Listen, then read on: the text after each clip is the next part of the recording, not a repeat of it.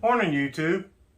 So today we are going to fix the problems that I should have fixed a month ago. We are going to put a zero clearance plate in here for 90 and 45. And we're going to take this piece of oak and we're going to make a sacrificial fence for my table saw fence. So I have a countersink bit, I have some flathead screws, and I got some T-nuts to slide in this here slot. So follow along and you'll see how it's done. Alright, let's get to it. So, did you ever have a great idea only to realize you're executing it terribly? Well, that's me doing it right now. That's a 3/4 inch board with a miter on it, and it slides right in the slot of my table saw fence. Now, I should have stopped right then and there and put the sacrificial fence on. But did I? No. I continued to execute poorly through all of these cuts. Like 32 of them. Now, again, at this point, I should have stopped because it made all of these gaps super terrible. So, I'm going to fix the problem. We are going to make inserts for 90 and 45 degrees. That way I don't have gaps that look like that ever again. The reason I'm making 90 and 45 are those are the most common used on my table saw. Now, I love my table saw. This is the Shop Fox. So, the only thing I don't like about it is this huge gap that this insert plate has. I mean, it's huge. Look at the size of that thing. So, I wanted to go ahead and cut off the end of this board because it's a full 6 inches. And you never know, you might need a 6-inch board. So we went ahead and we cut it down to size. Whatever the width of the plate was, I don't remember. And then we cut it into 2 because we need 2 pieces. Now, this wasn't complicated. Actually, none of this is complicated. It's something you can do in a Saturday afternoon. I did.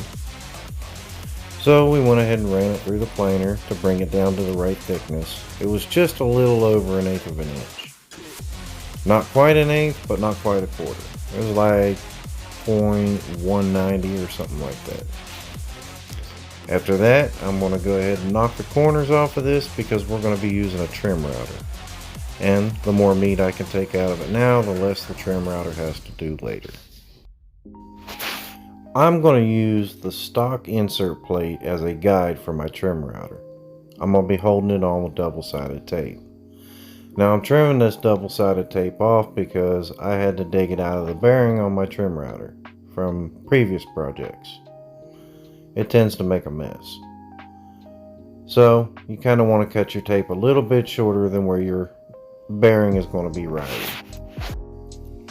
Next up, it's time to drill the holes. Again, using the stock as a template, I went ahead and center punched and drilled all my holes. Now, remove the tape, and we're going to use that countersink bit and countersink all these holes. Again, not complicated, it's pretty simple. As long as you countersink, you should be alright. To get a perfect zero clearance, we have to remove the riving knife so that we can lower the blade and bring the blade up through the plate itself. Later, I will be cutting a slot for the riving knife to go in because I'm not running the table saw without a riving knife anymore. If you haven't seen my kickback video, I'll leave a link and you can check that out. But that's because I wasn't running a riving knife and we're not doing that anymore. So here I am, slowly bringing the blade up through the plate. This needs to be done slowly or else you'll do nothing but burn the wood, and nobody wants burnt wood.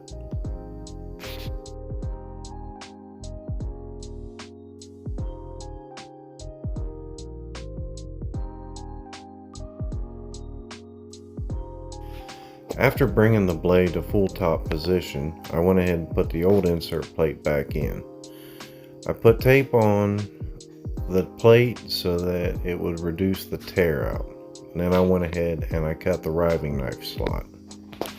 Hopefully this will work. Then I went ahead and cut the riving knife slot in my 90-degree plate.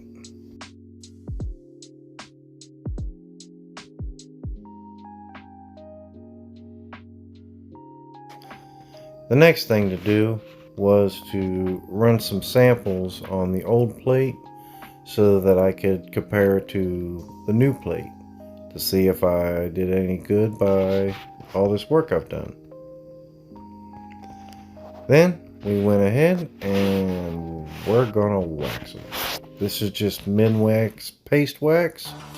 I'm not going to use any other finish. I think this will do just fine. It'll give me a nice slick surface.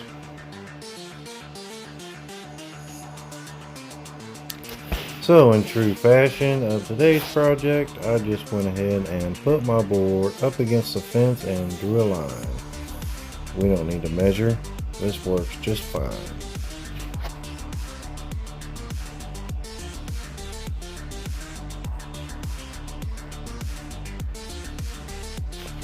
And we're going to drill and countersink some more holes, and this will be ready to go on, and we'll be just about done.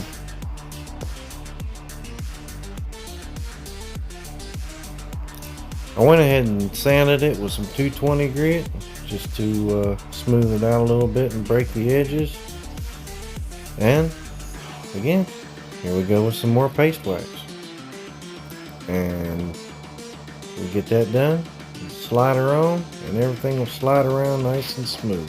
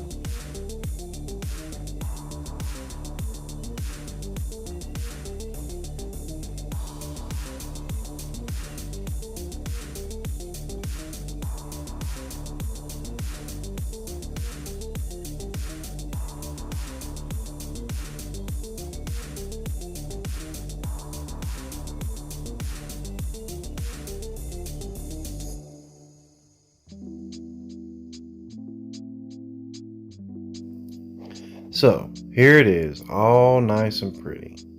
And as I cut my samples for my proof of progression, I realized I lost the footage to show y'all that it is much better, considerably better. And as I went to make this cut, I realized that I would like one for the other side as well. So I will have to get more T-nuts and make one for this side. Thankfully, I have enough wood to do so. So in future videos, you'll probably be seeing that. Alright, y'all. That's all I got for you today. Come on back.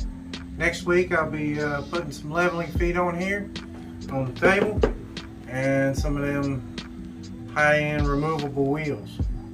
So it's Saturday night. I'm gonna clean up, drink me a couple beers, get rid of some of this scrap wood. So y'all have a good day, and we'll see you next week. See you later.